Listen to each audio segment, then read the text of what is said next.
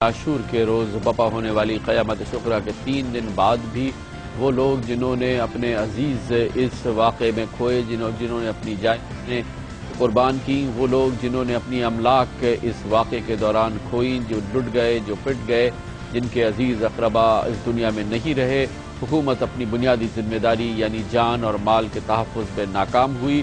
حکومت کی 100% ناکامی کے باوجود منتظر ہیں کراچی کے شہری، یہ مجروح ہونے والے لوگ، وکٹمز، کے شاید حکومت کو اس بات کا ہی ہوش آئے کہ وہ کراچی کے ان شہریوں کے ساتھ، ان لوگوں کے ساتھ باقاعدہ طور پہ معافی مانگے اور حکومت کہے کہ وہ اپنی اس بنیادی ذمہ داری میں ناکام ہوئی ہے، شرمندگی کا اظہار ہو، حکومت شہریوں سے معافی مانگے۔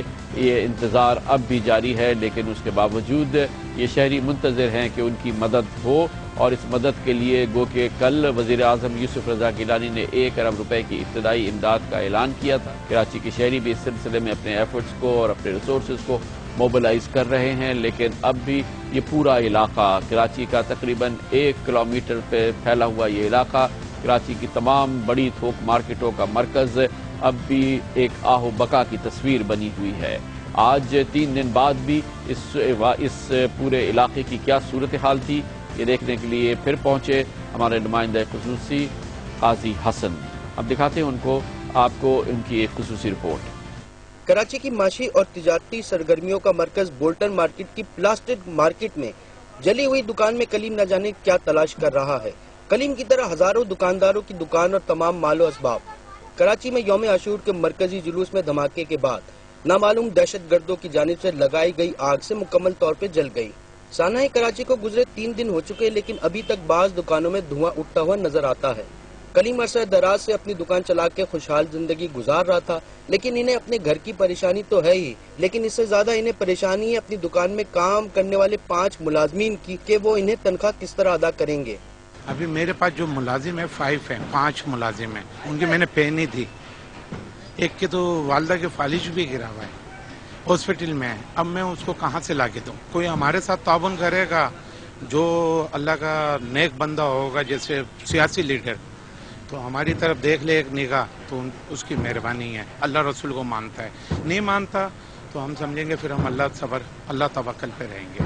سانحہ کراچی کے 3 دن گزر جانے کے باوجود احمد جناح روڈ لائٹ ہاؤس سے بولٹن مارکیٹ تک کا علاقہ ہولناک منظر پیش کر رہا ہے، اور انہی حالات میں مکمل طور پہ جل جانے والی چھاٹی لائن میں 2 دکانوں اور گودام کا مالک محمد آصف پرعزم ہے کہ وہ اپنا کاروبار دوبارہ جمائے گا۔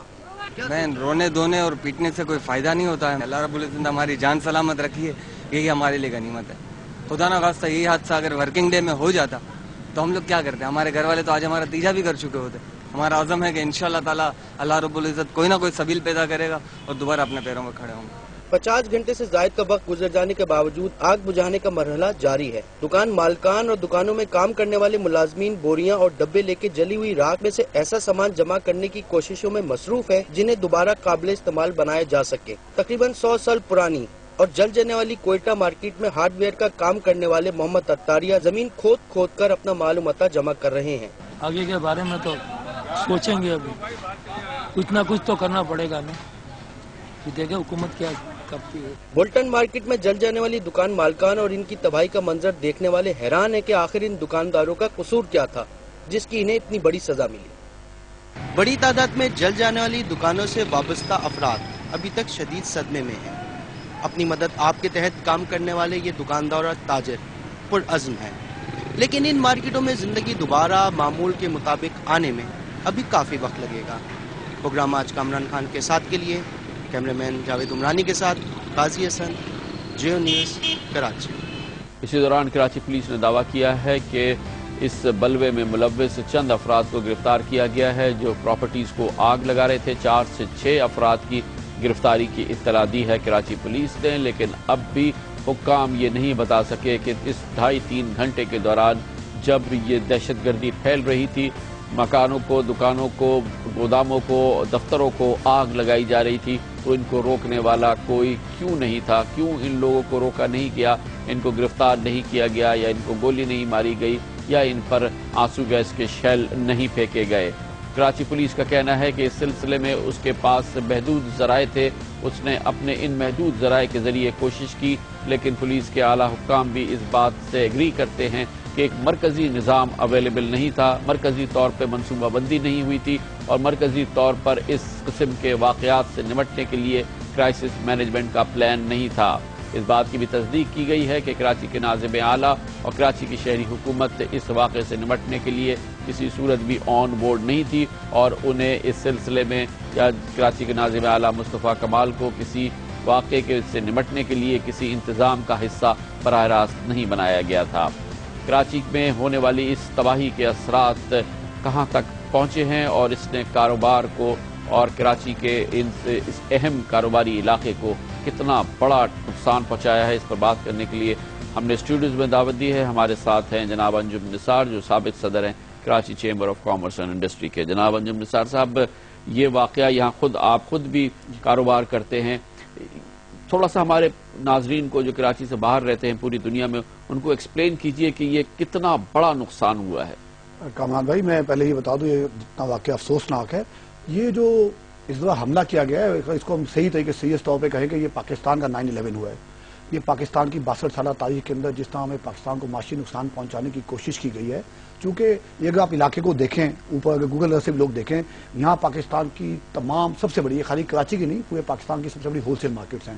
یہ لائٹ ہاؤس سے سٹارٹ ہو کے ٹاور تک جاتی ہیں, اور یہ کئی اسکوائر کلومیٹر کے علاقے میں پھیلی ہوئی ہیں, اور یہاں آپ کو سوئی سے لے کے دنیا اشرف اور کنزیومر تمام آئٹمز آپ کو مل جاتے ہیں. پہلے ہی کوشش کی گئی, آپ نے دیکھا ہوگا لاہور میں بم بلاسٹ ہوئے, کوئٹہ میں ہوئے, پشاور میں ہوئے, تو وہاں جانی نقصان ہوتا تھا جو واقعی قابل افسوس ہے.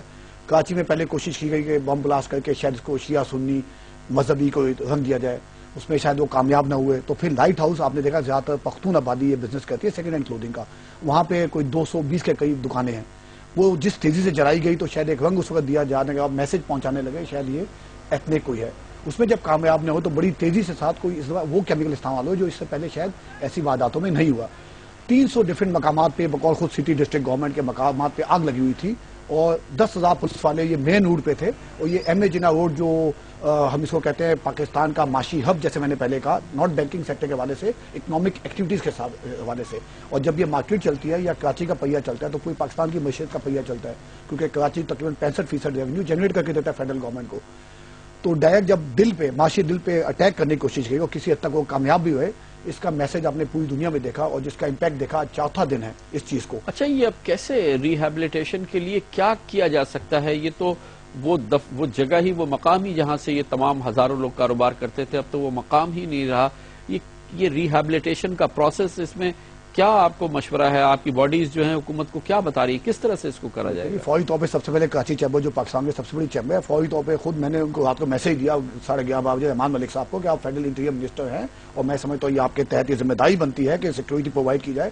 وہ صبح کراچی تشریف آئے, گورنر صاحب کو میں خود لے کے ہم کراچی چیمبر گئے, اور وہاں پہ ان سے کہا کہ پہلا مسئلہ فوری طور پہ ان دکانوں کی, اگر ہم اسی جگہ پہ آج تعمیر کرنے جاتے ہیں شاید 1.5 سے 2 سال لگیں, اور یہ تمام لوگ راتوں رات سڑک پہ آ گئے. یہ 4,500 دکانیں, جس میں سے 3,000 سے زیادہ دکانیں جل کے خاک ہو چکی ہیں, زمین بوس ہو چکی ہیں, اور 1,000 سے 1,500 دکانیں پارشلی یا کافی حد تک ڈیمیج ہو چکی ہیں. یہ 4,500 دکانوں کا مطلب ہے کوئی 20,000 افراد راتوں رات ان امپلائمنٹ ہو گئے. ایک افراد 5 افراد پہ مشتمل ہوتا ہے, تو 1 لاکھ افراد ڈائریکٹلی اور انڈائریکٹلی اس سے متاثر, جو بہت بڑی تعداد ہے. کوئی 20 قریب کے اگر اندازہ لگا جائے کمپیئر کرنے کے لیے عام کے لیے, تو 20 ٹیکسٹائل ملوں کو تقریباً جلا دیا گیا. کوئی کہتا ہے 10 ارب کا نقصان ہے, کوئی کہتا ہے 40 ارب کا نقصان ہے. ہم نے گورنمنٹ سے ریکویسٹ کی ہے, کل ہم پریزیڈنٹ صاحب سے ملے, کہ فوری طور پہ ان کو متبادل جگہ دی جائے تاکہ کم از کم ہفتہ 10 دن 15 دن کے اندر یہ اپنا کام شروع کر سکیں. کیونکہ باہر سے بھی تاجر آتے ہیں, کوئی کراچی سے تاجر آتے ہیں, اس جگہ پہ پہنچے, اسی کے نزدیک ہم نے ایک ریلوے گراؤنڈ کی تجویز دی ہے, جس کو پریزیڈنٹ صاحب نے اس پہ انہوں نے کہا کہ فوری طور پہ ہم اس پہ پیش رفت کرتے ہیں.